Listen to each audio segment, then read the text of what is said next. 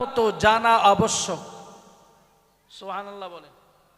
এটি আল্লাহ পাকের নেয়ামত, আল্লাহ পাকের দয়া, আল্লাহ পাকের মেহেরবানি। পৃথিবীতে আর যত ধর্ম আছে, কেউ যদি তার ধর্মের কিতাব সম্পর্কে কিছুই না পড়ে, তার পূজার্চনা করতে, তার উপাসনা করতে কোনো বাধা হয় না। কিন্তু ইসলাম একটাই ধর্ম যেটি পালন করবার জন্যে অজ্ঞ মূর্খ থেকে কখনো ইসলামকে পালন করা সম্ভবপর নয়। তার প্রথম নাম্বার হলো, যে ব্যক্তি নামাজি হবে তার জন্যে কোরআন অপরিহার্য একটি বিষয়। সুবহানাল্লাহ বলেন। আর একটু মোহাব্বত করে বলেন। কোরআন হলো তার জন্যে অপরিহার্য একটি বিষয়, যেটি শিখলে পরে তার জন্যে নামাজ বৈধ হবে, যেটি শিখলে পরে তার অন্তর বিগলিত হবে, যেটি শিখলে পরে তার অন্তরটি আল্লাহ পাকের প্রতি রুজু হবে। প্যারে হাজিরিন, মনে রেখে দেওয়া দরকার, জিকির আমরা করি, জিকিরে মনোযোগ দিই, আল্লাহ পাকের প্রতি ধ্যান দিই, তবে জিকির শব্দ কোরআনে অনেক জায়গায় উল্লেখিত হয়েছে, যার একাধিক অর্থ ব্যবহার করেছেন।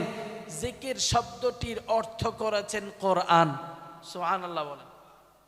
যে জিকির মানে শুধু আল্লাহ আল্লাহ আল্লাহ এমনটাই করব এটা নয়, বরং ওটির সঙ্গে সম্পৃক্ত হলো এটাও যে জিকিরের সঙ্গে নিজের জীবনটাকে দাঁড় করিয়ে এই কোরআনটাকে নিজের জীবনে বাস্তবে রূপ দেওয়া। আমি শুধু আল্লাহ আল্লাহ করব, তাতে হৃদয় সাফ হবে, হৃদয় কল্প পরিষ্কার হবে, তবে আরো নূর আর জ্যোতি পাবে সেটির দ্বারাতে, সেটি হলো আল্লাহ পাকের কালাম। সুবহানাল্লাহ। কিন্তু মানুষগুলি এই কোরআনটাকে ছেড়ে দিয়েই পৃথিবীর মাটিতে তার জিন্দেগিকে গড়বার চেষ্টা করছে।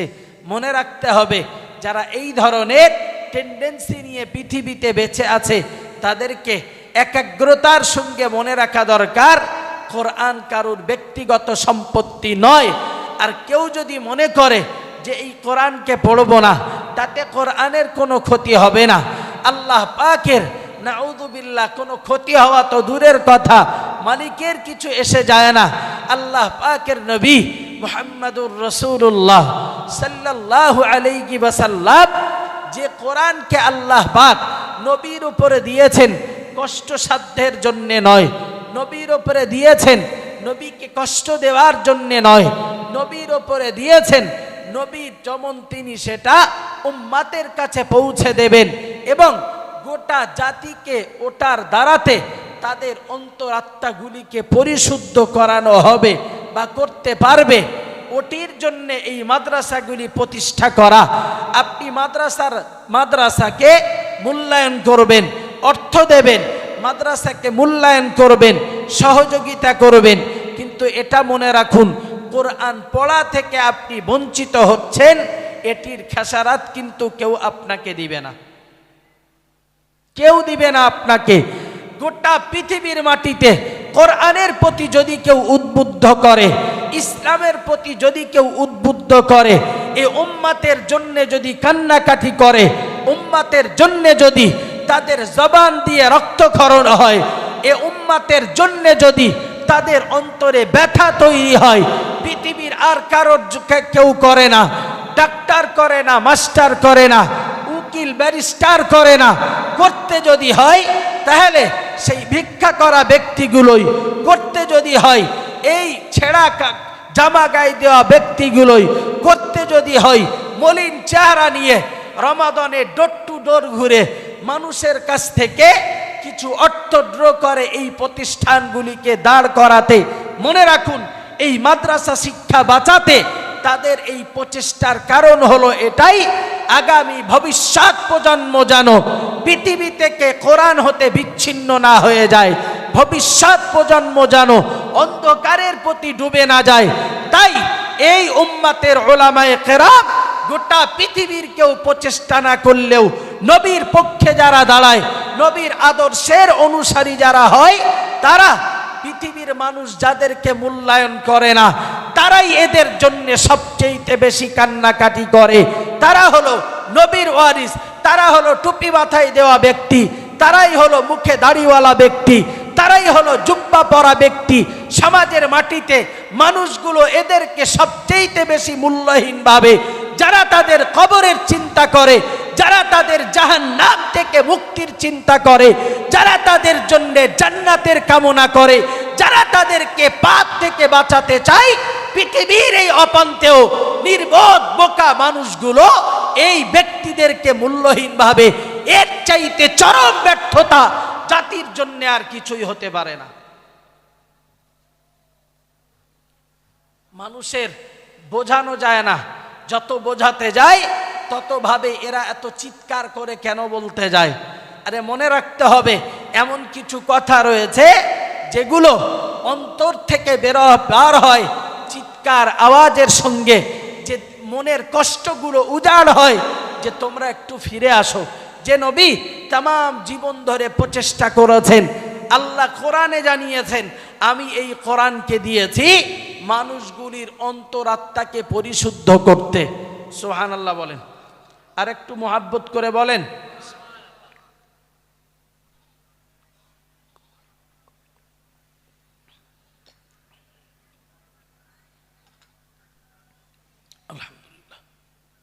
পৃথিবীর মাটিতে রাসূল করিম সাল্লাল্লাহু আলাইহি ওয়াসাল্লামের প্রতি যে কোরআন আল্লাহ নাজিল করেছেন, ওই কোরআনের প্রতি স্পষ্টই জানিয়েছেন, স্পষ্টতই কোরআনের শত বিধান, শাশ্বত বিধান দিয়েছেন।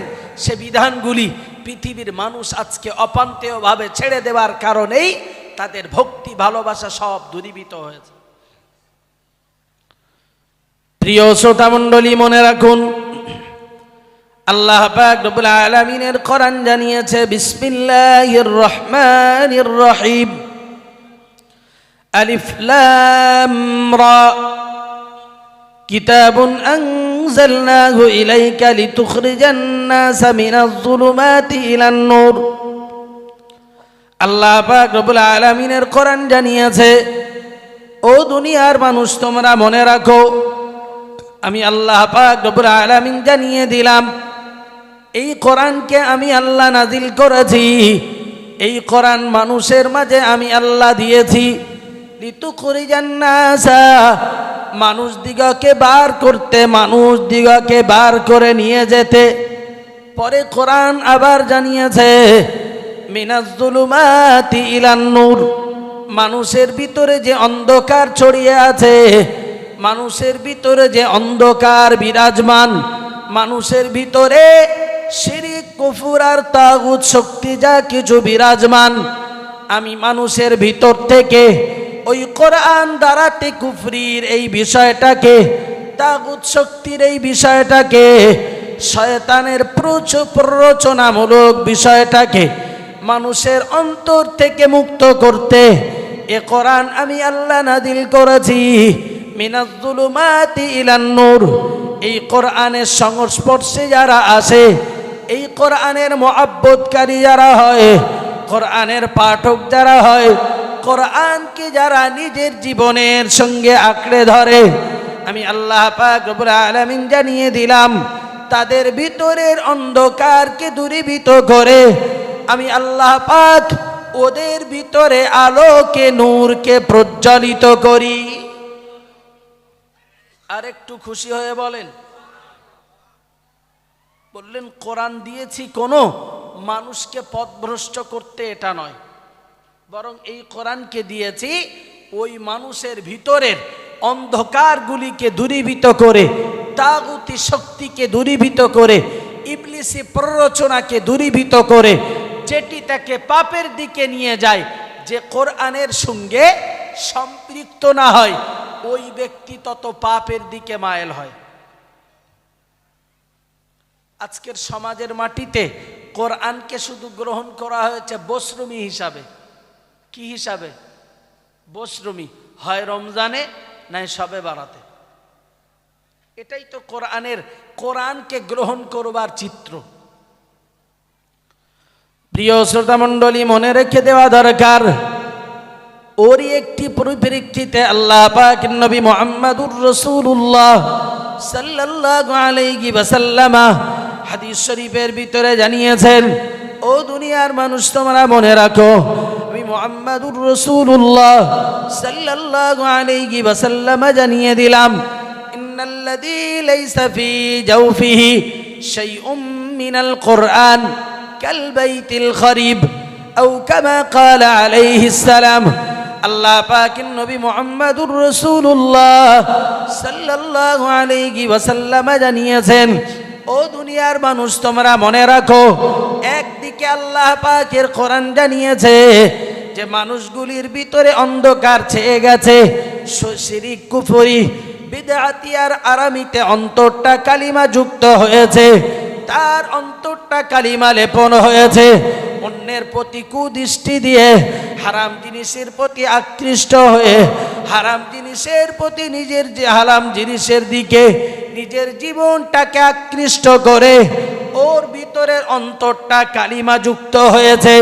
আমি আল্লাহ পাক রব্বুল আলামিন এই কোরআন যারা পড়বে, কোরআনের সঙ্গে যারা সম্পৃক্ত হবে, তাদের ভিতরের অন্ধকারকে যেমন দূরীভূত করে দেব, সর্বোপরি তোমরা মনে রাখো মুহাম্মাদুর রাসূলুল্লাহ সাল্লাল্লাহু আলাইহি ওয়াসাল্লাম জানিয়েছেন যে দেহের ভিতরে কোরআনের কিছু অংশ নাই গো, যে দেহের ভিতরে কোরআনের কিয়দয় অংশ নাই, কোরআনের অক্ষর যে দেহের ভিতরে বিরাজমান নাই, মুহাম্মাদুর রাসূলুল্লাহ সাল্লাল্লাহু আলাইহি ওয়াসাল্লাম জানিয়েছেন, ও আবার সাহাবীরা তোমরা মনে রাখো, আমি রাসূলুল্লাহ জানিয়ে দিলাম ওই দেহটা হলো পৃথিবীর মাটিতে যত বড় বাড়ি রয়েছে, যত বিরান বিরান বাড়ি রয়েছে, যে বাড়িগুলো মানুষ আর ইউজ করে না, যে বাড়িগুলো মানুষ আর ব্যবহার করে না, তাতে লতা পাতা জন্মিয়ে গেছে, ঘরের দরজাতে মাটি উঠেছে, সাপ বিচ্ছু পোকামাকড় বাসা বেঁধেছে, আমি মুহাম্মাদুর রাসূলুল্লাহ সাল্লাল্লাহু আলাইহি ওয়াসাল্লাম জানিয়ে দিলাম যে দেহের ভিতরে কোরআন নাই গো, ওই দেহের ভিতরে বাসা বেঁধেছে ইবলিস, ওই দেহের ভিতরে নফস জব্দ হয়েছে, রূহ জব্দ হয়েছে, নফস সেখানে জাগ্রত হয়ে তার ইচ্ছা খুশি মতো জীবনকে অতিবাহিত করাচ্ছে। ওগো আল্লাহর বান্দা বান্দি মনে রেখে দেওয়া দরকার, সমাজের মাটিতে যত পাপ চলছে, যত পাপের সঙ্গে মানুষ যুক্ত হয়েছে, আপনি লক্ষ্য করে দেখুন আল্লাহ পাকের কোরআনের ওই আয়াত যে আল্লাহ পাক রব্বুল আলামিন মানুষের ভিতর থেকে অন্ধকার দূর করে দিয়ে আলোর ভিতরে নিয়ে যায়, অথচ মানুষগুলি ওই কোরআনের সঙ্গে সম্পৃক্ত না হওয়ার কারণে, মানুষগুলি ওই কোরআনের সঙ্গে নিজের জীবনটাকে দাগ না করাবার কারণে কোরআনের প্রতি ভক্তি নাই, কোরআনের প্রতি মহাব্বত নাই, কোরআনের প্রতি ভালোবাসা নাই, এজন্য তার নামাজে একাগ্রতা নাই। কারণ যে ব্যক্তি নামাজ পড়ে, কোরআন দিয়ে যে ব্যক্তি নামাজ আদায় করে, আল্লাহ পাকের কোরআন অন্য আয়াতে জানিয়েছেন, ইন্নাস সালাতা তানহা আনিল ফাহশাই ওয়াল মুনকার। সুবহানাল্লাহ বলেন, আর একটু গলা ছেড়ে বলেন, বললেন ইন্নাস সালাহ, নিশ্চয়ই নামাজ, তানহা আনিল ফাহশাই ওয়াল মুনকার, অশ্লীলতা আর অশ্লীলতার যে কর্মকাণ্ড, এসব থেকে আল্লাহ পাক তাদেরকে দূরীভূত রাখেন। মানুষ দূরে সরে যাওয়ার কারণ হলো এই জায়গাটায়, একদিকে যেমন কোরআনুল কারীমকে তেলাওয়াত করে না, অন্যদিকে আবার লক্ষ্য করে দেখতে পাওয়া যায় কোরআনুল কারীম যেমন তেলাওয়াত করে না, সর্বোপরি কোরআনুল কারীম তেলাওয়াত না করবার কারণে তার নামাজে শুদ্ধতা আসে না। আর নামাজ যার শুদ্ধতা আসে না, ওই যে কোরআন জানিয়েছে নামাজ পড়লে আল্লাহ পাক রব্বুল আলামিন অশ্লীলতাকে তার ভিতর থেকে দূরীভূত করে দেবেন, অশ্লীলতাকে তার ভিতর থেকে তিনি দূর করে দেবেন। আর আজকে আমরা নামাজ পড়ি, অথচ আমার পরিবারগুলি কন্ট্রোল হয় না, আমার জীবন তো আরাম থেকে বাঁচতে পারে না, আবার জীবন তো হালালের সঙ্গে থেকে সংযুক্ত হতে পারে না।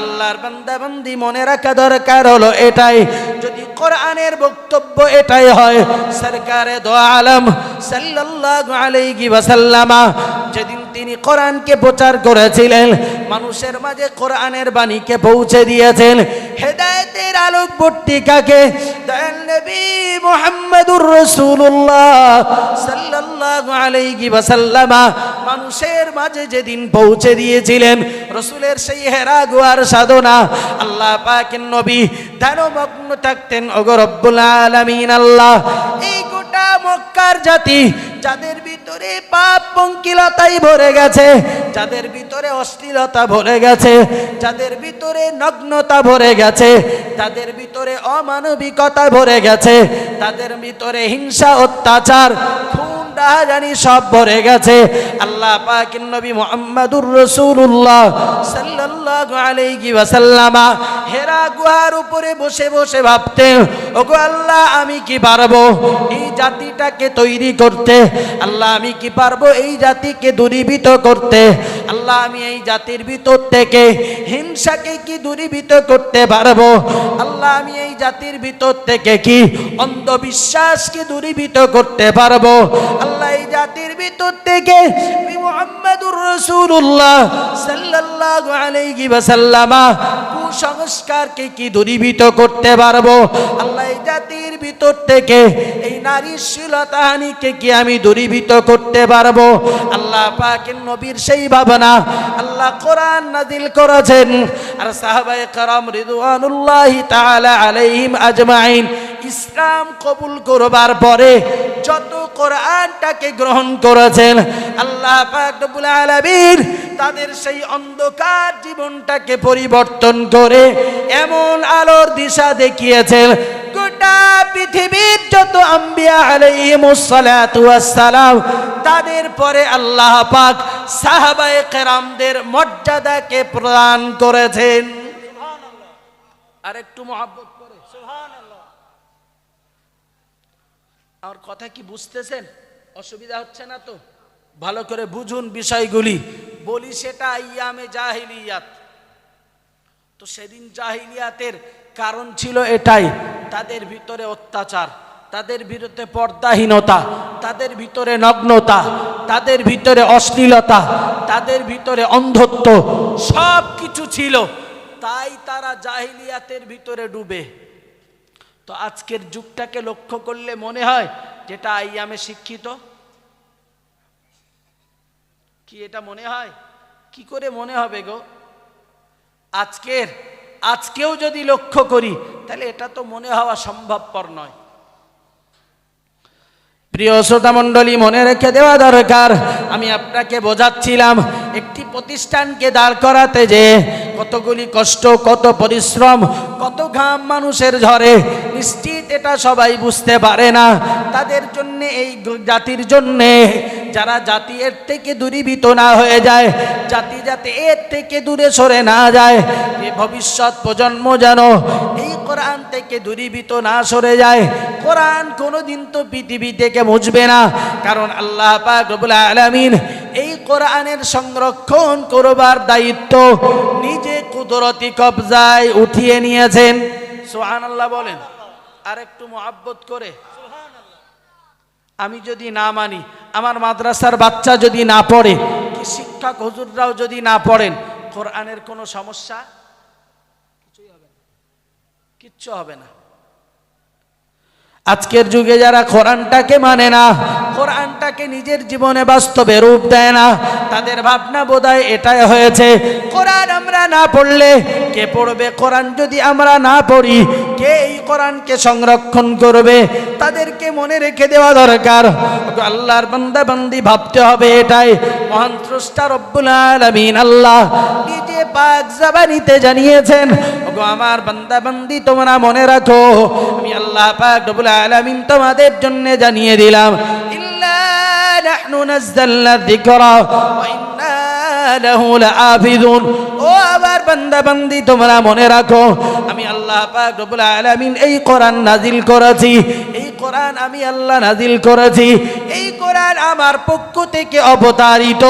তবে তোমরা তোমরা মনে রাখো, পৃথিবীর কেউ এটাকে সংরক্ষিত করুক আর নাইবা করুক, পৃথিবীর কেউ এটাকে সংরক্ষিত করুক আর নাইবা করুক, আমি আল্লাহ পাক রব্বুল আলামিন আমার এই কোরআন, আমার এই কোরআন যেটিকে আল্লাহ পাক আমি দিয়েছি, এই কোরআন দিয়েছি যেমন ভাবে এর একটি অক্ষর, এর একটি পুটলি, এর একটি নক্তা পৃথিবীর মাটি থেকে মুছে দেওয়ার ক্ষমতা কি কারোর আছে নাকি? কারোর আছে? কোনো এক সময়েতে আমাদের দেশে গুজব উঠেছিল পৃথিবী, ভারতবর্ষ থেকে কোরআনকে মুছে দেওয়া হবে, ভারতবর্ষ কোরআন থাকবে না, কোরআনের এই বিষয়টি পরিচালিত হতে দেওয়া যাবে না। আল্লাহর বান্দা বান্দি মনে রেখে দেওয়া দরকার, তদানীন্তন দিল্লি জুমা মসজিদের ইমাম তিনি ছিলেন, এক বাক্যে দ্ব্যর্থহীন ভাষায় তিনি বলেছিলেন, ওগো সরকার তুমি মনে রাখো, আল্লাহ পাক রব্বুল আলামিন পৃথিবীতে এমন উফাদে কেরামদেরকে পাঠিয়েছেন, এমন উফাদ আল্লাহ বানিয়েছেন, আল্লাহ পাক রব্বুল আলামিন তার কোরআনটাকে সংরক্ষণ করবার জন্যে মানুষের সিনাতে কোরআনকে এমন ভাবে লিপিবদ্ধ করেছেন, গোটা পৃথিবীর সমস্ত কাগজ দিয়ে যত কোরআন আছে সব যদি পুড়িয়ে দেওয়া হয়, আল্লাহ পাক তার কোরআনকে সংরক্ষণ করবার জন্যে এই হুফাজরাই আবার হাতে কলমে ওই কোরআন পৃথিবীতে পরিচালিত করে দেবে। আর একটু মহব্বত করে সুবহানাল্লাহ। পৃথিবীতে আজকে থেকে নয়, হাজার হাজার বছর ধরে কোরআন নাজিল হওয়ার পর থেকে এই প্রচেষ্টা চলেছে যে এই কোরআনকে মিটিয়ে দেওয়ার, কোরআনকে না মানবার, যত কোরআনকে মিটিয়ে দিতে গেছে আল্লাহ পাক কোরআনের এই বিষয়টাকে আরো বেশি প্রজ্বলিত করেছেন। সুবহানাল্লাহ বলে। আমার বোঝানোর উদ্দেশ্য হলো এটাই, সংরক্ষণের দায়িত্ব মালিক নিয়েছেন, আমরা কেমনে ওই মালিকের সঙ্গে চ্যালেঞ্জ করি? কারণ মনে রাখতে হবে এটাই, এ কোরআন তো পৃথিবীর কারোর দ্বারাতে হয়নি, বরং আল্লাহ পাক রব্বুল আলামিনের কোরআন জানিয়েছে, ইন্না আনজালনাহু কুরআনান আরাবিয়্যা লাআল্লাকুম তাআকিলুন।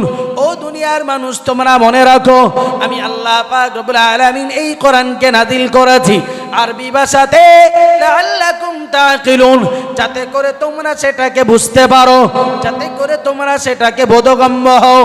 আল্লাহর বান্দা বান্দি মনে রেখে দেওয়া দরকার, আল্লাহ পাক মানুষ দিগাকে বোঝানোর জন্যেই, মানুষের অন্তরাত্মাকে পরিশুদ্ধ করবার জন্যেই, মানুষের জীবনটাকে পরিবর্তন করবার জন্যে এই কোরআনকে পৃথিবীর মাটিতে পাঠিয়েছেন। কিন্তু মানুষ কোরআনের কাছে আসে না, কোরআনের ধারক বাহক হয় না, কোরআনকে বুঝবার চেষ্টা একটিবারের জন্যে করে না। কারণ হলো এটাই, তাদের অন্তরের ভিতরে ওই যে আল্লাহ পাক রব্বুল আলামিন কোরআনে জানিয়েছে যে তাদের এমন কিছু মানুষ রয়েছে যাদের অন্তরের ভিতরে আল্লাহ পাক মোহর মেরে দিয়েছেন, না বুঝতে চাই কোরআন, না বুঝতে চাই নবীর হাদিস, না গড়তে চাই নবীর জিন্দেগি, বরং মনে রেখে দেওয়া দরকার, এ কোরআন পড়লে নাকি, এ কোরআন দেখলে নাকি, এ কোরআন শুনলে সওয়াব, এ কোরআন পড়লে সওয়াব, এ কোরআন দেখলেও আল্লাহ পাক তার নামায় আমলে সওয়াব লিপিবদ্ধ করেন। সুবহানাল্লাহ বলেন। আল্লাহ পাকের কোরআন ওই জন্য একটি আয়াতে জানিয়েছেন, ইন্নামাল মুমিনুনা আল্লাযীনা ইযা যুকিরাল্লাহু ওয়াজিলাত কুলুবুহুম ওয়া ইযা তুলিয়াত আলাইহিম আয়াতু যাদাতুহুম ঈমানা ওয়া আলা রাব্বিহিম ইয়াতাওয়াক্কালুন। ও দুনিয়ার মানুষ তোমরা মনে রেখে দাও, ইন্নামাল মুমিনুন, ঈমানদার হলো তারাই, ঈমানওয়ালা মানুষ হলো তারাই, ইযা যুকিরাল্লাহ, আল্লাহ পাকের স্মরণ যখন তাদের সামনে করা হয়, ওয়াজিলাত কুলুবুহুম, তাদের হৃদয়গুলি বিগলিত হয়ে যায়। সুবহানাল্লাহ। আর একটু মুহাব্বত করে, ওয়া ইযা তুলিয়াত আলাইহিম যাদাতুহুম ঈমানা ওয়া আলা রাব্বিহিম ইয়াতাওয়াক্কালুন। আল্লাহ পাক রব্বুল আলামিন কোরআন জানিয়েছে, ওগো আমার বান্দা বান্দি তোমরা মনে রাখো, আর আমার কোরআনকে যাদের কাছে যখন তেলাওয়াত করা হয়, আমার কোরআনকে তাদের কাছে যখন পাঠ করা হয়, দেখতে পাওয়া যায় তাদের ইবাদতগুলি আরো বৃদ্ধি পায়, আর আল্লাহ পাকের প্রতি তাদের ভরসাটা আরো বেড়ে যায়। সুবহানাল্লাহ বলেন। আমার অন্তর কাঁদে না কোরআন পড়লে, আমার অন্তর কোরআন শুনলে কাঁদে না, আমার অন্তর কোরআন দেখলে কাঁদে না। এমন উম্মাত তো অতিবাহিত হয়েছে যারা কোরআন পড়তে জানতো না, শিখবার অভাব ছিল, এরপরেও শুধু প্রচেষ্টা করেছেন, আল্লাহ এটা তোমার কালাম, আল্লাহ এটা তোমার কালাম, ও রব্বুল আলামিন আল্লাহ এটা তোমার পক্ষ থেকে নাজিলকৃত কালাম, আল্লাহ আমি এটাকে পড়তে জানি না, আমার জীবনে শেখা হয়নি। আল্লাহ কেউ যদি বুকে ধরে আনন্দের সঙ্গে বুকের সঙ্গে জড়িয়ে নেয়, আল্লাহ পাক তাকেও তো তার কোরআনের নূর দ্বারাতে ভরপুর করে দিতে পারেন। জগৎ বিখ্যাত একজন ইমাম, ইমাম সুফিয়ান সাউরি রহমাতুল্লাহ আলাইহি, তার বিষয়ের একটি রোমাঞ্চকর তথ্য উল্লেখ করেছেন। তার সময়ের বলেছেন, কোনো একদিন রাত্রিতে আপনি স্বপ্ন দেখছেন, তাকে দেখানো হলো অমুক একজন ব্যক্তি, তুমি তাকে তার জানাজা পড়ো, তাকে গোসল দাও, তার দাফন করবার দায়িত্ব তোমার। সকাল হয়ে গেল, তিনি খোঁজ নিলেন কেউ কি মারা গেছে গ্রামে। তো খোঁজ নিতে নিতে দেখলেন হ্যাঁ একজন ব্যক্তি মারা গেছে। তিনি এবারে বললেন, স্বপ্ন দেখানো হলো মানে নিশ্চয়ই লোকটি কোনো উল্লেখযোগ্য ব্যক্তি হবেন। এই ভাবনায় তিনি গুটি গুটি পায়ে এগিয়েছেন। আশেপাশের মানুষগুলিকে ডেকে বলেছেন, ওগো আল্লাহর বান্দা একটু দয়া করে কি বলবেন যে ব্যক্তি ইন্তেকাল করেছে ইনি কেমন মানুষ ছিল। সবাই লক্ষ্য করে বলে, গো হুজুর ইনি বিরাট উল্লেখযোগ্য ব্যক্তি না হলেও তিনি সাধারণ মানুষ ছিলেন, কোনো উল্লেখযোগ্য ব্যক্তি তিনি নন, কিন্তু তিনি নামাজি, তিনি পরেজগার, তিনি দিনদার, আল্লাহওয়ালা, মুত্তাকি, পরেজগার ব্যক্তি মানুষ, এতটুকু আমরা জানি। তার মন সন্তুষ্ট হলো না, না আমি তো উল্লেখযোগ্য কোনো আমাল পেলাম না। তার আত্মীয় স্বজনের কাছে আরো খোঁজ নিলেন, লক্ষ্য করে বলতে লাগলেন যে জানো কি তোমরা এনার বিষয়ে উল্লেখযোগ্য কোনো বিষয় আছে নাকি, এমন কোন আমাল আছে নাকি যে আমালের বিনিময়ে আল্লাহ পাক রব্বুল আলামিন, আল্লাহ আমলের বিনিময়ে এমন কোন আমাল তার কি আছে তোমরা বলতে পারো। পরিবার পরিজনেরা কি বক্তব্য, আমরা তো উল্লেখযোগ্য কিছুই জানি না, ওই ব্যক্তির জীবনে এমন কিছুই আছে নাকি। বললেন যদি জানতে হয় সবচেয়ে ভালো খবর রাখতে পারে তার বিবি। একজন মানুষের কোনো খবর যদি রাখে সে কতটা ভালো, সে কতটা মন্দ, নিশ্চিত তার স্ত্রীর কাছে সে খবরটা রাখা অনেক সহজ। খোঁজ লাগালেন বিবির কাছে, বললেন তোমার এই স্বামী সম্পর্কে তোমার কোনো জানা আছে উল্লেখযোগ্য তিনি কোনো ব্যক্তি? স্ত্রী বললেন না হুজুর। লোককে দিয়ে খবর দিয়ে বললেন জানি না আমি এই বিষয়, উনি কোনো উল্লেখযোগ্য ব্যক্তি নাকি আমার জানা নাই। উনি কোনো আমল পৃথিবীতে করেছেন, তবে তিনি নামাজ পড়তেন, রোজা রাখতেন, দিনদারি তার সঙ্গে জীবন যাপন করতেন। আর বলেই তিনি বললেন হুজুর আমার একটি বিষয় মনে আছে, একটি বিষয় আমার মনে পড়েছে, এটা যদি হয় তাহলে হতে পারে। বললে কি সেটা, তুমি কি একটু বলবা?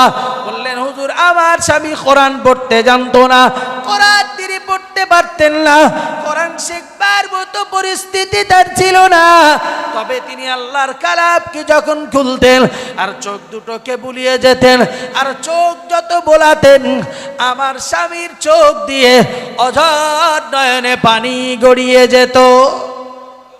আর একটু মহব্বত করে ইমাম সুফিয়ান সাউরি রহমাতুল্লাহ আলাইহির বুঝতে বাকি রইল না, নিশ্চিত তালি এটাই হয়েছে উনি যে আল্লাহর কালামকে ভক্তি ভরে দেখেছেন, আল্লাহ পাকের কালামকে তিনি অন্তর দ্বারাতে অনুধাবন করেছেন, আল্লাহর কালামকে অন্তর দ্বারাতে তিনি বুঝবার চেষ্টা করেছেন। আল্লাহ পাক রব্বুল আলামিন এতটুকুর বিনিময়ে তার জীবনের গুনাহ খাতাকে মাফ করে তার জন্যে আল্লাহ পাকের দয়ার জান্নাতকে মঞ্জুর করে দিয়েছেন। দলিল এইটা না যে কোরআন পড়বো না আর শুধু চোখ বোলাবো। সেদিন শিক্ষার অভাব ছিল, আজকের শিক্ষার অভাব আছে? মোটেই নাই। গ্রামে শিক্ষা, ইমাম সাহেব পড়াবে, হাফেজ সাহেব পড়াবে, মুয়াজ্জিন পারলে পড়াতে পারে। কত জায়গা থেকে শিক্ষা করবার অনলাইনে শিক্ষার ব্যবস্থাপনা তৈরি হয়েছে। আজকের যুগ সন্ধিক্ষণে কেউ যদি বলে কোরআনটাকে শিখতে পারবো না, আর শিখবে কেমনে? এমন তো অবস্থা, বলতে গেলে তো নিজেদের গায়ে পড়ে। এমন তো অবস্থা, সমাজের বহু উলামায়ে কেরাম যারা মঞ্চগুলিকে কাঁপিয়ে বেড়ান, এমন অনেক মানুষ কোরআনটাকে শুদ্ধ করে পড়বার চেষ্টা করেন, আছে না নাই? অথচ মানুষ তাদেরকে সুন্দরভাবে নেয়। এটার একমাত্র কারণ হলো এটাই, যারা নিচ্ছে ওরা তো পড়তে পারে না, আর যারা যাচ্ছে ওরা যা পড়ছে মনে করছে সুর থাকলেই বোধহয় সব চলে। এখন আমরা এই কথা বললে মানুষের কাছে খারাপ হই, তো খারাপ হলে আলহামদুলিল্লাহ। বক্তব্য তো এটাই যে এই মঞ্চগুলির দায়িত্ব তো তাদের, এই মঞ্চগুলি তারাই গ্রহণ করতে পারে যাদের কোরআনের জ্ঞান রয়েছে, যাদের ভিতরে হাদিসের জ্ঞান রয়েছে, যারা ইলমে ফিকহ, ইলমে শরিয়াতের জ্ঞান রাখতে পারে, ওই ব্যক্তিরাই এই মঞ্চগুলি পেতে পারে। ন্যূনতম যে ব্যক্তি কোরআনুল কারীমকে পড়তে জানে না, তার জন্য এই স্টেজগুলো হারাম। কেন যাবেন আপনি স্টেজে? আপনার তো এই ঠিকাদারি দেওয়া হয়নি। সমাজের মাটি তো আরো অনেক কাজ আছে, আপনি তো সেগুলো করতে পারেন। তাহলে আপনার বিপক্ষেও আমাকে বলতে হবে না। আর সমাজের উলামায়ে কেরাম, দায়িত্বশীল ব্যক্তি যারা, তারাও কখনো বলবে না। কারণ মনে রাখুন, যুগ সন্ধিক্ষণে আল্লাহ পাক যাদেরকে দ্বীনের ওয়ারিস বানিয়েছেন, এই মাদ্রাসাগুলি শুধু পুঁথিগত বিদ্যায় নয়। পুঁথিগত বিদ্যা মানে শুধু কোরআন শিক্ষা দেবে, তাদেরকে ছেড়ে দেবে, এরা তারাবি পড়বে, এরা খতম পড়বে, এরা নামাজ পড়াবে, এরা জানাজা পড়াবে, এইটুকুর ভিতরে সীমাবদ্ধ নয়। কোরআনের ধারক বাহক যারা হবে, আল্লাহ পাকের নবীর জিন্দেগিকে ধারণ যারা করবে, নবীর আদর্শকে যারা ধারণ করবে, এদেরকে নিশ্চিত করে মনে রেখে দেওয়া দরকার, নবীর যত ডিউটি আল্লাহ পাক রব্বুল আলামিন দিয়েছিলেন, যুগে যুগে কালে কালে যে বিষয়গুলি সামনে পড়বে, এই ব্যক্তিগুলি ওই বিষয়গুলিকে মূল্যায়ন করবে, তবেই হবে নবীর ওয়ারিস। শুধু কোরআন শিখে দায়িত্ব পালন করলাম, খতম পড়লাম, তারাবি পড়লাম, এ তো নিজের ব্যক্তিগত কাজ হলো। সমাজের জন্য কাজ কি করলাম? সমাজের জন্য কি দিলাম? আমি তো নবীর ওয়ারিস হয়েছি। আরে ওয়ারাসাতুল আম্বিয়া মানে ওয়াজ করা নয়, ওয়ারাসাতুল আম্বিয়া মানে মঞ্চগুলিকে কাঁপানো নয়। ওয়ারাসাতুল আম্বিয়া মানে হলো নবুয়তের যে দায়িত্ব নবীর প্রতি ছিল, তোমার ঘাড়ে সেই জোলকে তুলে নেওয়া। এত সহজ ব্যাপার নয়।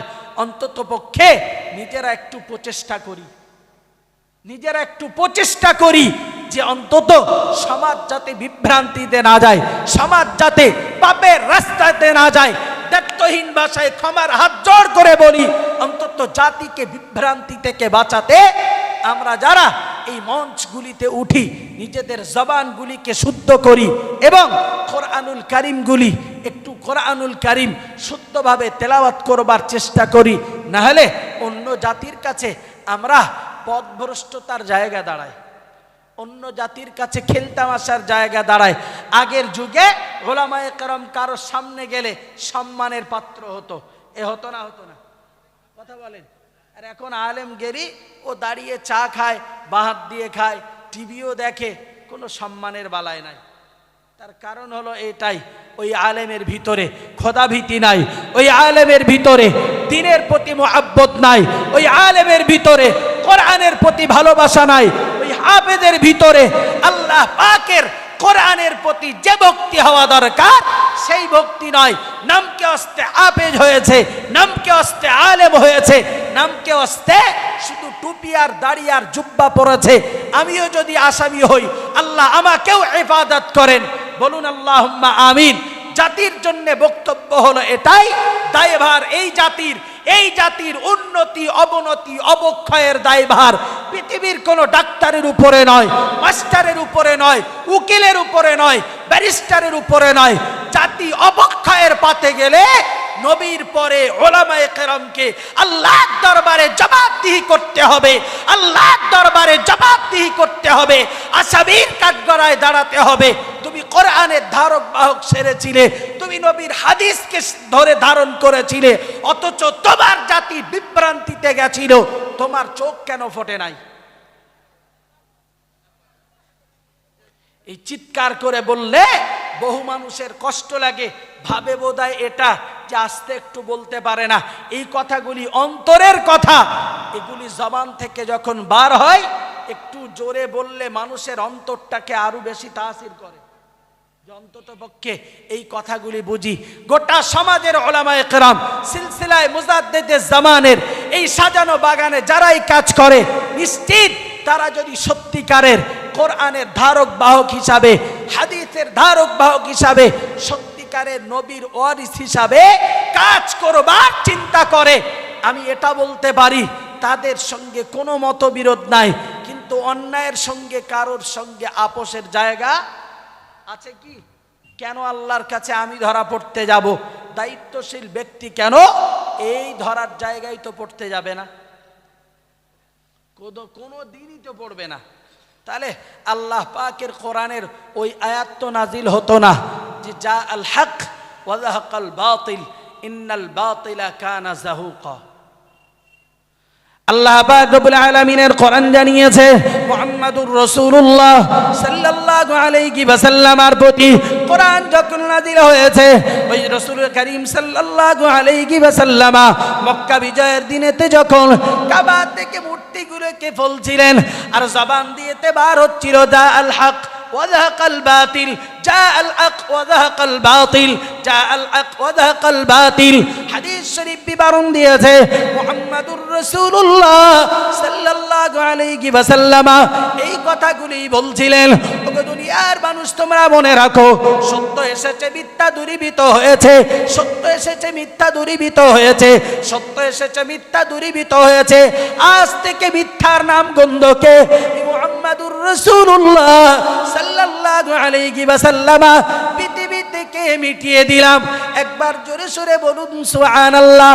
আজকে কোরআনের এই বিষয়গুলিকে নিয়ে বক্তব্য করবার কারণ হলো এটাই, কোরআন যদিও পড়ি অন্তর দ্বারাতে অনুধাবন করি না, কোরআন যদিও চোখ দিয়ে দেখি অন্তর দিয়ে ভক্তি ভালোবাসার জায়গা তৈরি করি না, কোরআন যদিও তারাবির ভিতরে শুনি অথচ তারাবির ভিতরে দাঁড়িয়ে আমার অস্বস্তির জায়গা তৈরি হয় এটাই যে আমি কোরআনটাকে সুন্দরভাবে নিতে পারি না।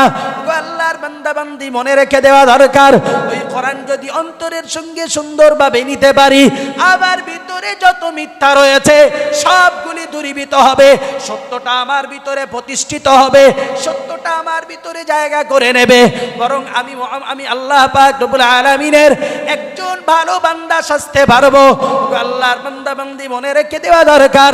আমার বক্তব্য হলো এই জায়গাটাই, সমাজের মাটিতে যদি উলামায়ে কেরামের বক্তব্যের দ্বারাতে মিথ্যা দূরীভূত না হয়, পাপের রাস্তা দূরীভূত না হয়, হাফেজদের ভিতর থেকে অন্যায় যদি অপরোধন না হয়, উলামায়ে কেরামের ভিতর থেকে পাপের রাস্তা যদি দূরীভূত না হয়, সমাজের মাটিতে যদি উলামায়ে কেরামের বক্তব্যে উম্মতের জন্য মুক্তির কামনা যদি না হয়, তাহলে হাজার হাজার মঞ্চে বক্তব্য করে, হাজার হাজার মঞ্চে বক্তব্য করে মানুষের হৃদয়কে বিগলিত করে, চোখ দিয়ে পানি ঝরিয়ে তাদেরকে এত কথা বলবার পরেও যে পরিবর্তন হয় না, উলামায়ে কেরামকে দেখবার দরকার। জাতির রোল মডেল হতে পারে এই উলামারাই, জাতির সম্পদ হতে পারে এই হাফেজেরাই, জাতির সম্পদ হতে পারে এই ইমামরাই।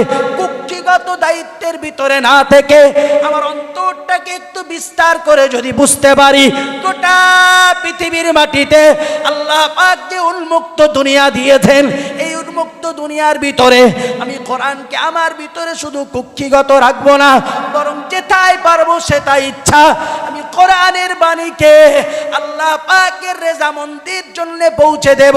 কে আমার প্রতি অত্যাচার করলো, কে আমার প্রতি গালিগালাজ করলো, কে আমাকে ভালো বললো আর না বললো, ওটা পৃথিবীর মানুষ দেখবে, আমি দেখব। আল্লাহ আমার জন্য এটাই দেখবেন আমি কোরআনের মুহাব্বতে কতটুকু সত্য আর মিথ্যা আমার জীবন থেকে পৃথক করতে পেরেছি। আল্লাহ ওইটুকু দেখবেন, আর কিছু দেখবেন না। ওইটুকুই দেখবেন, এর বাইরে দেখবেন না। ওই জন্য কোরআন জানিয়েছে, ইন্না খলাকনাকুম মিন যাকারি ওয়া উনথা ওয়া জাআলনাকুম শুউবান ওয়া কাবাইলা লিতাআরাফু ইন্না আকরামাকুম ইনদাল্লাহি আতকাকুম ইন্নাল্লাহা আলিমুন খাবীর। আয়াতটির ব্যাখ্যা করবার পূর্বে আরো একটি কথা উল্লেখযোগ্য বললে ভালো বুঝে আসবে। মুহাম্মাদুর রাসূলুল্লাহ সাল্লাল্লাহু আলাইহি ওয়াসাল্লাম মক্কা বিজয়ের দিনেতে হযরত বেলালকে ডেকে বললেন, ওগো বেলাল, যাও না, চলে যাও, কাবার ছাদে উঠে তুমি আযান দাও। রাসূলের কোন একজন সাহাবী লক্ষ্য করে বললেন, ইয়া রাসূলুল্লাহ, আজকের এই খুশি আর আনন্দের মুহূর্তে এরকম কালো একজন হাবশী বেলালকে আপনি কি জায়গা করে দিলেন? আল্লাহ পাক নবী মুহাম্মাদুর রাসূলুল্লাহ সাল্লাল্লাহু আলাইহি ওয়াসাল্লাম এক কথাইতে তার চেহারাটা অগ্নিশর্মা হয়ে গেল, লাল হয়ে গেলেন। রাসূল আর লক্ষ্য করে বললেন, ওগো সাহাবী, তুমি ঈমান কবুল করেছো, তবে আমি মুহাম্মাদুর রাসূলুল্লাহ সাল্লাল্লাহু আলাইহি ওয়াসাল্লাম জানিয়ে দিলাম, তোমার ভিতর থেকে এখনো জাহিলিয়াতের গন্ধ দূরীভূত হয়নি।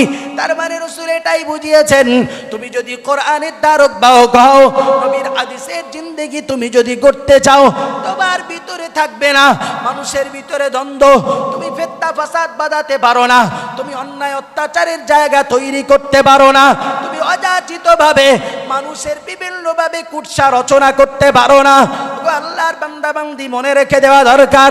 আমার বক্তব্য হলো এই জায়গাটাই, নবী ওটাই বুঝিয়েছেন, ঈমান আনবার পরে তোমার জন্য কোনো বংশ পরিচয় দেখা হয় না, তোমার মর্যাদাকে দেখা হয় না, তোমার সুন্দর চেহারাকে দেখা হয় না, তোমার সুন্দর টাকাওয়ালা সম্পদশালী দেখা হয় না, বরং আল্লাহ পাকের বিচারে ওই মানুষটির মর্যাদা দাঁড়ায়, ইন্না আকরামাকুম ইনদাল্লাহি আতকাকুম।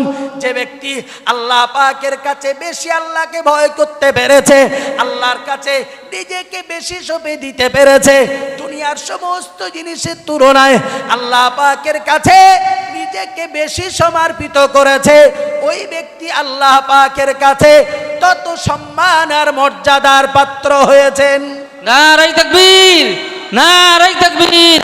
পিঙ্গলেশা নোমানিয়া হিফজুল কোরআন মাদ্রাসা, মুফতি আবু সাইদ রহমানী সাহেব, নারায়ে তাকবীর। আল্লাহ পাকের নবী মুহাম্মাদুর রাসূলুল্লাহ সাল্লাল্লাহু আলাইহি ওয়াসাল্লাম হাদিস শরীফের ভিতরে আরো একটি হাদিস জানিয়েছেন, ইন্নাল্লাহা লা ইয়ানজুরু ইলা সুওয়ারিকুম ওয়ালা ইলা আজসাদিকুম ওয়ালাকিন ইয়ানজুরু ইলা কুলুবিকুম ওয়া আমালিকুম, আও কামা ক্বালা আলাইহিস সালাম।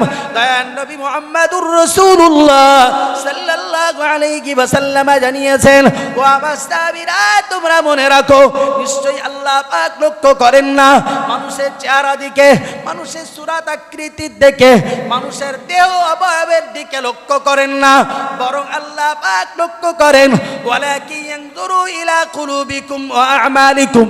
কে কতটা ইলা কুলুবিকুম ওয়া আমালিকুম, স্বচ্ছ একটি অন্তর আর সুন্দর আল্লাহ পাকের রেজামন্দির আমাল নিয়ে মালিকের দরবারে হাজির হতে পেরেছে, ওই ব্যক্তি আল্লাহ পাকের কাছে সবচেয়ে বেশি কবুলিয়াতের দরজা পেয়েছে।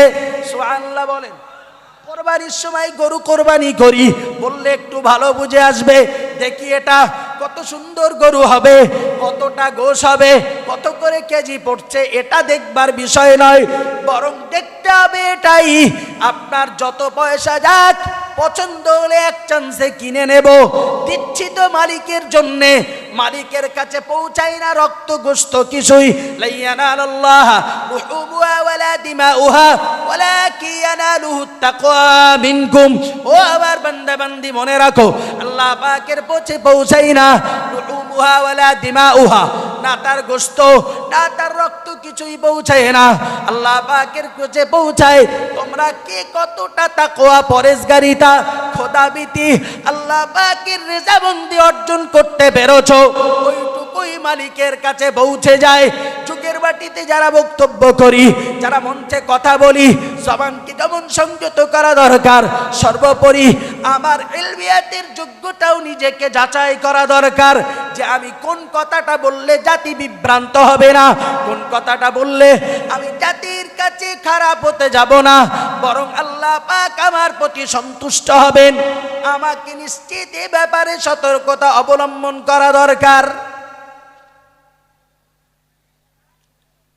যে কেউ হন, আমি যদি মনে করি আমি ইসলামের ধারক বাহক, আমি এই সতর্কতা অবলম্বন না করলে তো আমি আল্লাহর দরবারে আসামির কাঠগড়ায় দাঁড়িয়ে গেলাম।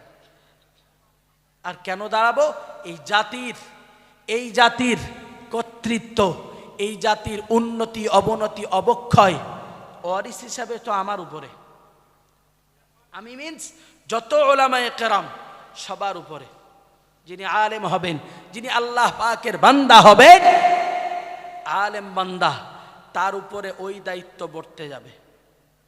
কারণ আলেম বান্দা আল্লাহর কাছে মর্যাদা পাবে, আলেম বান্দা আল্লাহ পাকের কাছে কিয়ামতের দিনেতে সম্মানের পাত্র হবে, জাতির জন্য কিছু করবে না এমনি এমনি।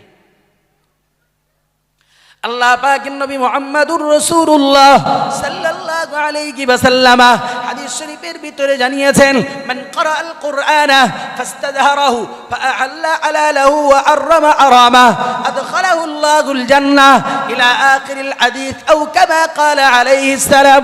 মুহাম্মদুর রাসূলুল্লাহ সাল্লাল্লাহু আলাইহি ওয়াসাল্লাম জানিয়েছেন, মান ক্বারাআল কুরআন, যে ব্যক্তি আল্লাহ পাকের কালাম পাঠ করে, ফাস্তাযহারাহু, সেটাকে কণ্ঠস্থ করে, ফাআহাল্লা হালালাহু ওয়া হারামা হারামা, কোরআনের হালালগুলিকে হালাল জানে, হারামকে বর্জন করে, হারামগুলি হালালগুলিকে গ্রহণ করে, আদখালাহুল্লাহুল জান্নাহ।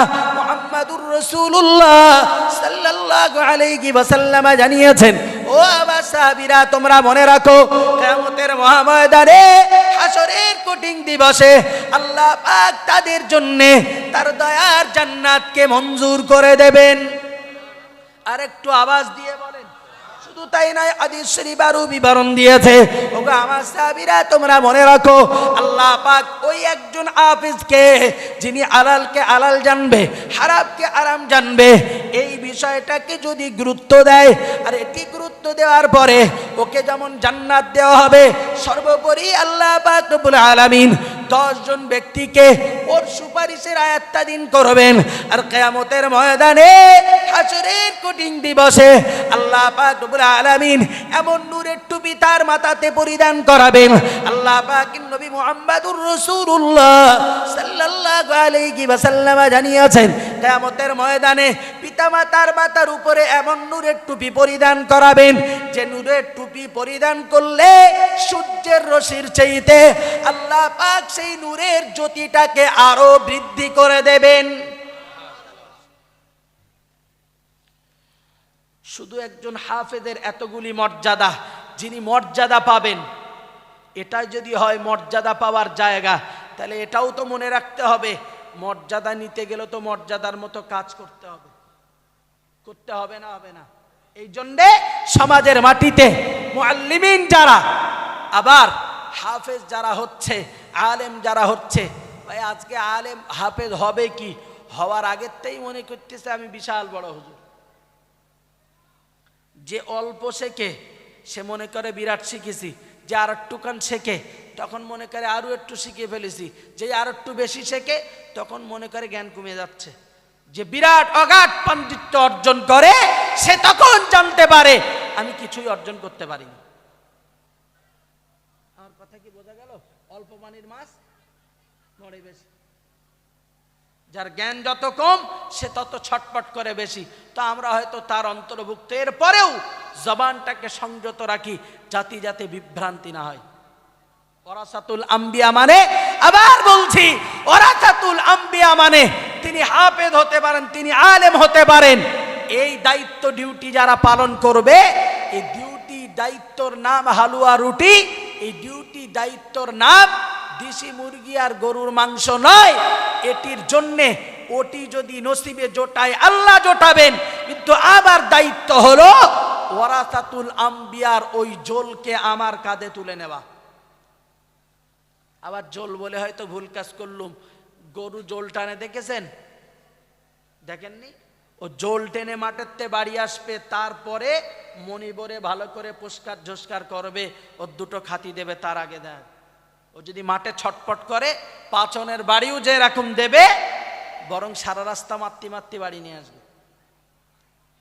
তো মালিকের কাছে মর্যাদার জায়গা পাবেন, শ্রেষ্ঠতম আসন আপনি পাবেন, আল্লাহর কাছে মর্যাদার উচ্চ আসন আপনাকে দেওয়া হবে। আপনি দিনের জন্য কিছু করবেন না? এ যা করছি শুধু তো আমার পকেট পূজা হচ্ছে নাকি?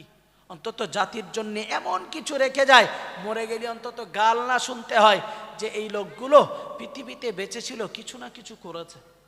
আজকের যারা এই সুন্দর মজলিসটিকে কায়েম করেছেন, এই মাদ্রাসাকে যারা দাঁড় করিয়েছেন, গ্রামবাসী বা বাইরের মানুষ বলি বা সেক্রেটারি সাহেব, কমিটি সাহেবান, শিক্ষকদের প্রচেষ্টা আজকের এই জায়গায় দাঁড়িয়েছে। সম্মানীয় হাদিরিন, আমার বক্তব্য হলো এই জায়গাটাই যে তাদের এই মেহনতের যাজা পৃথিবীর মানুষ দেওয়া তো দূরের কথা, ত্রুটি হলে কেউ ছাড়ে না। ত্রুটি হলে কেউ ছাড়ে না। ছাড়ে হুজুর? ত্রুটি হলে কেউ ছাড়ে না।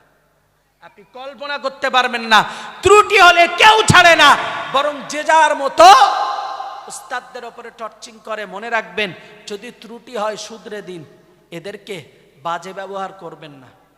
এরা না থাকলে আপনার মাদ্রাসা চলবে না, এরা না থাকলে আপনার প্রতিষ্ঠান চলবে না, বরং বাচ্চাগুলিকে তৈরি করলে এরাই মেহনত দিয়ে তৈরি করে। আপনি বেতন দিলি কত দেন? 60,000 টাকা? কত? 6,000, 5,000। তাছাড়া কি? হুজুরির টাকায় বরকত আছে।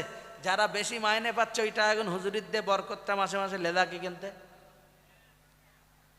আবার বলছি, এটা যারা করে এটা পৃথিবীর কারুর দ্বারাতে সম্ভব নয়, বরং এরা করে আল্লাহ পাকের দ্বীনের জন্যে, আল্লাহ পাকের রেজামন্দি সন্তুষ্টির জন্যে।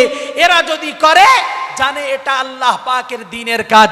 সুবহানাল্লাহ বলেন, আর একটু মহব্বত করে বলেন, দোয়া করুন আল্লাহ পাক শিক্ষকদের ভিতরে আরো খুলুসিয়াত বাড়িয়ে দেন। বলুন আমিন। আর একটু জোরে বলুন আমিন। আমি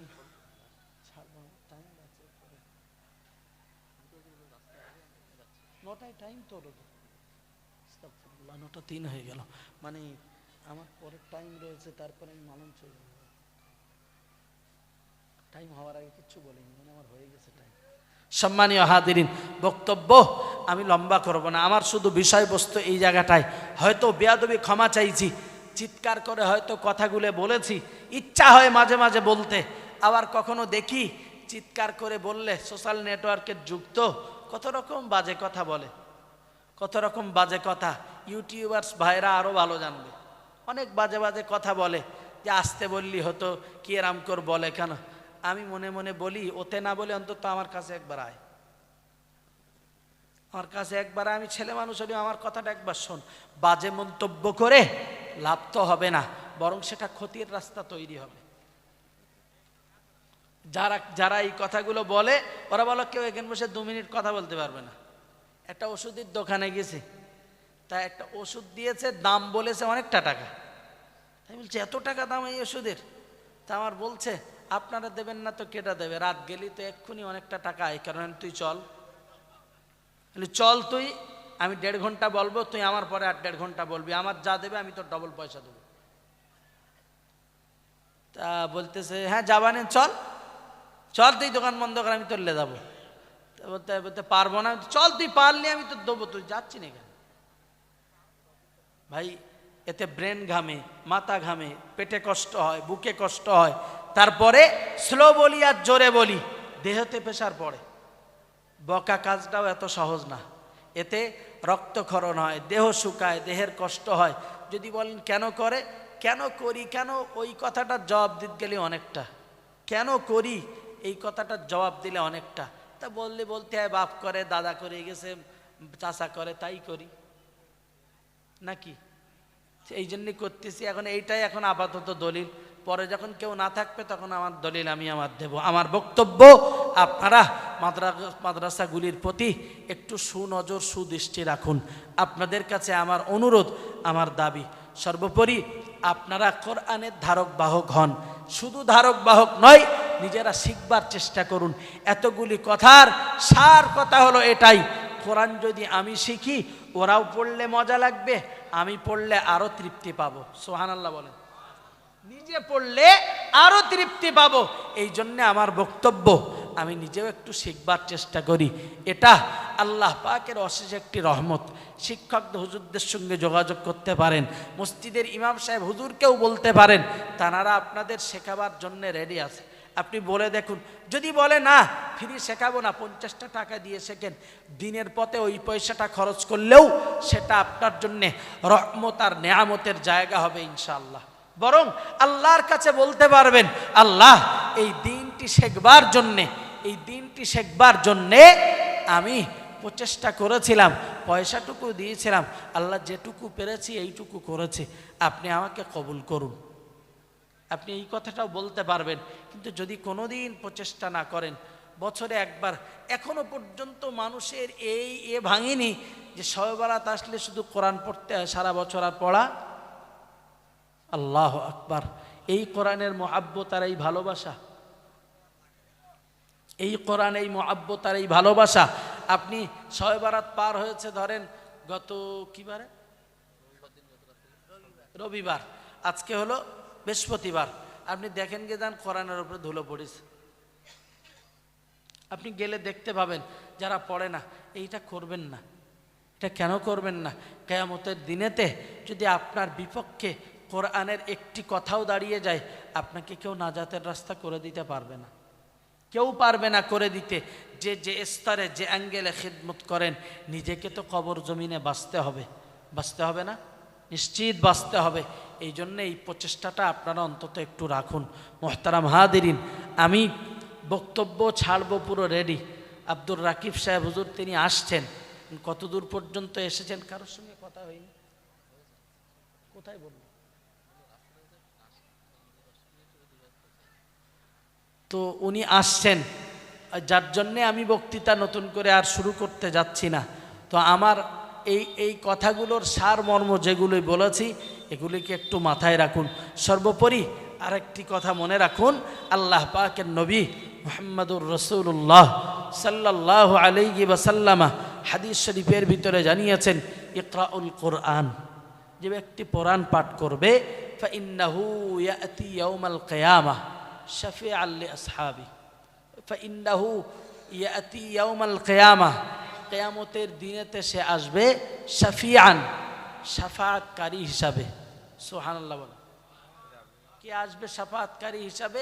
ওই কোরআন লিআসহাবি, তার সঙ্গী সাথীদের জন্যে। সুবহানাল্লাহ। কারা তার সঙ্গী সাথী?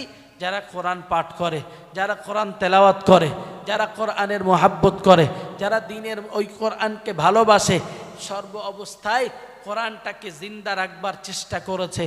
এই প্রচেষ্টাকারীদের জন্যে আল্লাহ পাক রব্বুল আলামিন জানিয়েছে, আল্লাহ পাকের রসুল জানিয়েছেন যে তাদের জন্যে আল্লাহ দয়ার জান্নাতকে মঞ্জুর করে দেবেন। সুবহানাল্লাহ বলেন। সর্বোপরি কোরআনের সুপারিশ যার নসিবে জুটবে, আল্লাহ তাকে তো বেহিসাব জান্নাত প্রদান করবে। হাদিস শরীফ আরো বিবরণ দিয়েছে, আল্লাহ পাক রব্বুল আলামিনের নবী জানিয়েছেন, ও দুনিয়ার মানুষ তোমরা মনে রাখো, কিয়ামতের ময়দানে হাসরের কঠিন দিবসে কোরআন দাঁড়িয়ে যাবে। ও রব্বুল আলামিন আল্লাহ, আমি কোরআন, এমন কিছু মানুষ রয়েছে যে মানুষগুলিকে আমার সঙ্গে না দিলে আমি কোরআন জান্নাতে যাব না। আল্লাহ পাক রব্বুল আলামিন কোরআনকে অর্ডার দেবেন, তুমি কাদেরকে চাও? পৃথিবীর মাটিতে যারা কোরআনকে ভালোবাসতো, কোরআনকে মহব্বত করত, কোরআনের ধারক বাহক যারা হয়েছিল, যারা পৃথিবীর মাটিতে নিজের জিন্দেগি কি সুন্দরভাবে দাঁড় করিয়েছে। আল্লাহর বান্দা বান্দি মনে রেখে দেওয়া দরকার, মুহাম্মাদুর রাসূলুল্লাহ সাল্লাল্লাহু আলাইহি ওয়াসাল্লাম জানিয়েছেন, আল্লাহ পাক রব্বুল আলামিনের কোরআন তাদের জন্যে সুপারিশের জন্য দাঁড়িয়ে যাবেন। আর কোরআনের সুপারিশের শাফাআতিকে কবুল করে আল্লাহ পাক রব্বুল আলামিন তাদের জন্যে তার দয়ার জান্নাতকে মঞ্জুর করে দেবেন। সুবহানাল্লাহ বলেন। আর একটু মহব্বত করে যদি কোরআনের ভালোবাসতে হয়, কোরআনের সুপারিশ যদি পেতে হয়, তাহলে আরাম থেকে নিজেকে বাঁচিয়ে হালালটাকে ভক্ষণ করে হালালের রাস্তাটা আমার জীবনটাকে দাঁড় করিয়ে, জীবনে আমি ওই পথে যাব না যে পথে কোরআন বিরোধী কার্যক্রম চলে, যে পথে আল্লাহ পাকের কোরআনের নিষেধাজ্ঞা আছে, আমি ওই বিষয়গুলি থেকে আমার জীবন পরিহার করব। আল্লাহর বান্দা বান্দি মনে রেখে দেওয়া দরকার।